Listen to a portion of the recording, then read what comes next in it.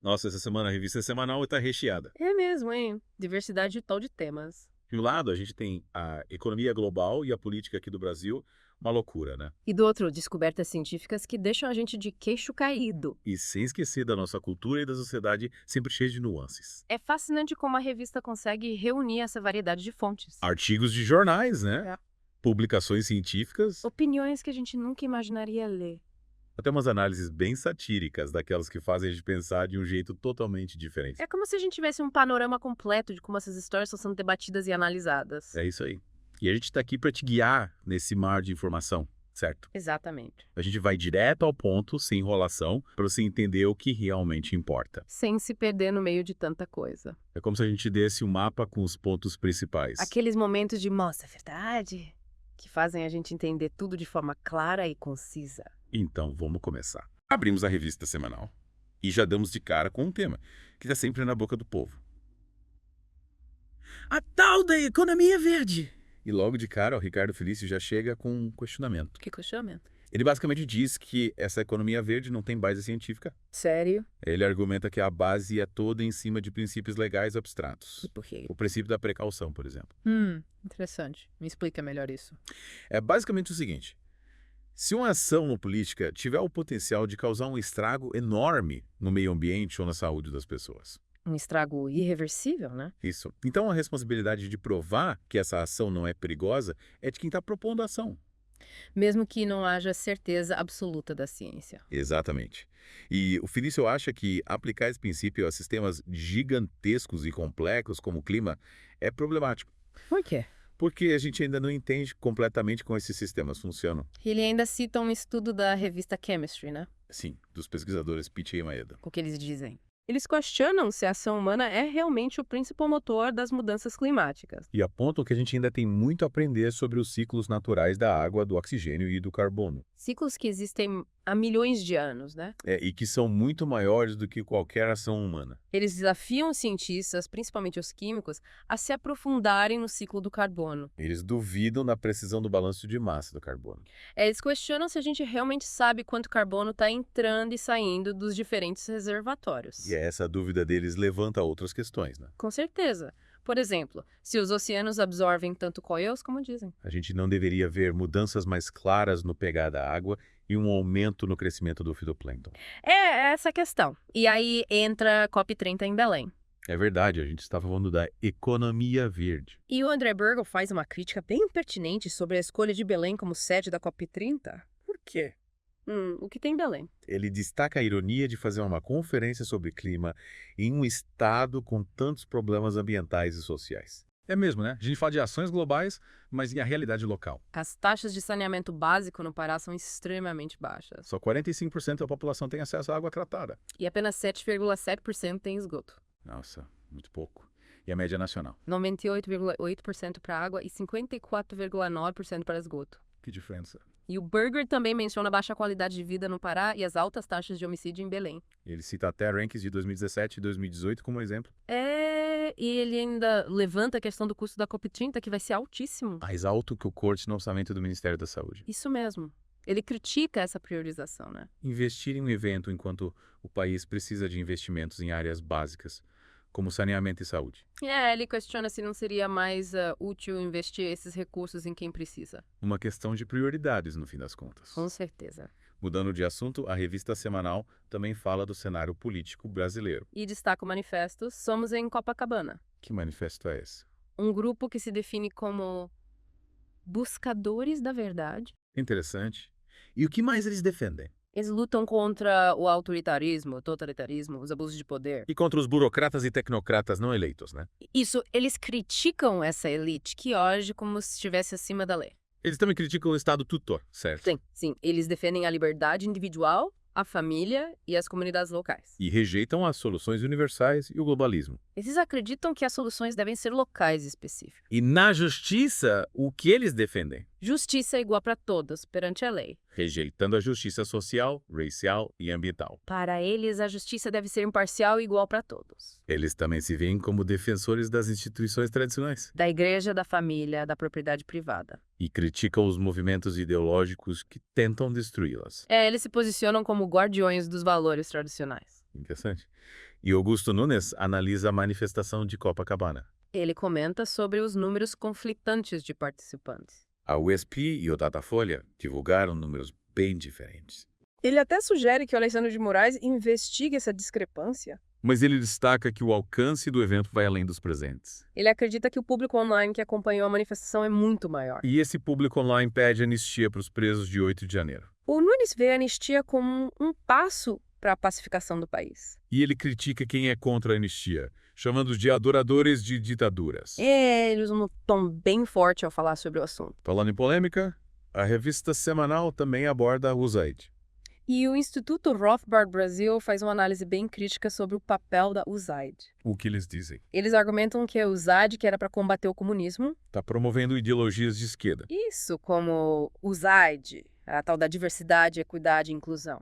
E eles alegam que essa mudança começou nos anos 90. Quando a USAID passou a se envolver na promoção de agendas progressistas. Eles usam até o conceito da janela de Overton. Para explicar como as ideias aceitáveis pela sociedade mudam com o tempo. E eles acusam a USAID de promover a ética woke nas escolas públicas. Sem o consentimento dos pais, inclusive. Nossa, que grave. Eles citam exemplos como o treinamento de inclusão LGBT para professores. E o apoio a grupos como Stonewall, no Reino Unido. E ainda apontam para o aumento da identificação LGBT entre os jovens. Eles atribuem esse aumento à engenharia social e não a mudanças orgânicas. E aí eles entram em teorias bem polêmicas. E teorias. Eles falam sobre a redução do crescimento populacional para atingir as metas de carbono net zero. E até sobre a normalização da pedofilia. É importante destacar que são teorias, ok? Claro. O artigo questiona se o movimento Pride é realmente um movimento de base. Ou se é financiado por elites, com uma agenda específica. Eles até prevêem um declínio na identificação LGBT entre os jovens se o financiamento diminuir. Essa é uma questão bem complexa. Sem dúvida. A revista também fala sobre o Eduardo Bolsonaro. Que está em exílio, segundo a revista Oeste. Eles usam o termo exílio mesmo. E citam Victor Hugo, que descreveu o exílio como um longo sonho com a pátria. Mas eles também apontam um paradoxo. O exilado se afasta do país, mas se torna um representante da alma nacional. E citam exemplos de exilados latino-americanos que retornaram e assumiram papéis importantes. Eles sugerem que o Eduardo Bolsonaro pode estar se reposicionando para um retorno futuro. E que o exílio pode fortalecer a sua identidade nacional. Eles comparam a situação dele com a do Alexander Solzhenitsyn no Gulag. Lembra da frase? Se para viver é necessário não viver, então qual o sentido de tudo isso? Eles sugerem que o Eduardo Bolsonaro pode estar passando por um processo de amadurecimento político e existencial. Falando do pai dele, o Flávio Bolsonaro diz que o julgamento é um jogo marcado. Ele questiona a imparcialidade do processo, A revista também menciona um relatório da inteligência alemã de 2020. que aponta para a origem da pandemia em um vazamento de laboratório em Wuhan. E a BBC publicou um relatório sobre as políticas de lockdown. O autor admite que até os defensores do lockdown reconhecem que erros foram cometidos. A gente está aprendendo com os erros do passado, né? Parece que sim. Tem uma matéria bem engraçada. Descoberta a origem da inflação. Culpar as tartarugas. Acredita? E as galinhas também. Uma sátira sobre as explicações simplistas para a inflação, Voltando ao Bolsonaro, tem um artigo chamado O Golpe em Processo. que analisa a investigação contra ele, E usa o conceito de jogos de linguagem do Wittgenstein. para mostrar como a palavra golpe pode ser interpretada de diferentes maneiras, A defesa do Bolsonaro reclama da falta de acesso às provas. principalmente gravações de áudio e transcrições, Eles alegam que a acusação está escondendo provas importantes. e criticam Alexandre de Moraes, acusando de fazer uma pescaria probatória, Eles também questionam a delação do Mauro Cid. alegando que foi coagida e que tem inconsistências, E, por fim, a revista tem um artigo chamado O PT é analógico. que critica a forma como o PT se comporta no mundo digital. Eles dizem que o PT está desatualizado, preso no passado. É uma crítica à falta de adaptação do partido à era digital. Mudando para a economia, a revista discute o assistencialismo no Brasil. E cita casos de empresários que não conseguem encontrar trabalhadores. Como a florista Marisa Grancelli e a comerciante Merine Maximiano. Elas reclamam da falta de mão de obra, E a revista mostra o aumento dos gastos com Bolsa Família. que passou de 0,2% do PIB em 2004 para 1,6% em 2024. Ultrapassando os gastos com a defesa. E tem o relato do produtor de cacau Milton Andrade Jr. Ele diz que as famílias da região dele recebem vários benefícios do Bolsa Família. E que isso desestimula as pessoas a trabalharem. E tem dificuldade de contratar trabalhadores para a colheita do cacau. E precisa pagar diárias muito altas. Ele teme que algumas fazendas não consigam colher o cacau por falta de mão de obra. E ele culpa o Bolsa Família pelo aumento dos preços dos alimentos e da inflação. Faz sentido, né? Menos trabalhadores, menos produção, preços mais altos. É a lei da oferta e da demanda. Mas também tem notícias boas. Os investidores estrangeiros estão voltando para a Bolsa Brasileira, E a ANP prevê um aumento nos royalties de petróleo e gás. o que pode aumentar a receita do governo. E o mercado de produtos para animais de estimação está bombando. O Cade está investigando a fusão da Pets com a Cobasi. E a Pet Love também está de olho nesse mercado. A competição está acirrada. A Fogo de Chão vai abrir capital na Bolsa de Valores de Nova York. Eles querem expandir a rede de churrascarias internacionalmente. Que legal. Mas nem tudo são flores. A Despegar está sendo processada por vender passagens aéreas com tarifas fraudulentas. Eles usavam tarifas de operador para inflar os preços. E as companhias aéreas não gostaram nada disso, A revista também discute o conceito de preço justo. sob a ótica do Tomás de Aquino, Ele defendia a satisfação das preferências individuais. e a proporcionalidade entre o valor do bem e o seu preço. Ele não entendia a lei da oferta e da demanda, né? Mas ele já tinha uma visão bem interessante sobre a troca. Ele defendia o benefício mútuo para ambas as partes. Uma ideia que se assemelha à visão da Escola Austríaca de Economia.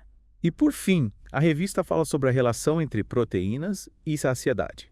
As proteínas aumentam a sensação de saciedade e ajudam a controlar a fome. E a revista dá exemplos de alimentos ricos em proteínas. Ovos, frango, peixe, iogurte grego, leguminosas. Elas demoram mais para serem digeridas e regulam os hormônios da fome. E ainda ajudam a preservar a massa muscular durante o emagrecimento. A revista menciona a hipótese da alavancagem proteica. Que diz que o corpo aumenta a fome se não consumirmos proteína suficiente. E a dica é comer mais proteína no café da manhã. Para se sentir mais saciado ao longo do dia. Interessante, né? Agora vamos falar de ciência e tecnologia. Cientistas criaram metais 2D com apenas uma camada de átomos de espessura. É um avanço incrível. Eles usaram cristais de safira e de sulfeto de molibdênio para comprimir os metais. E conseguiram criar folhas de bismuto com apenas 2 átomos de espessura. As aplicações potenciais são enormes da química à computação. Falando em avanços, a energia escura pode não ser tão constante quanto pensávamos.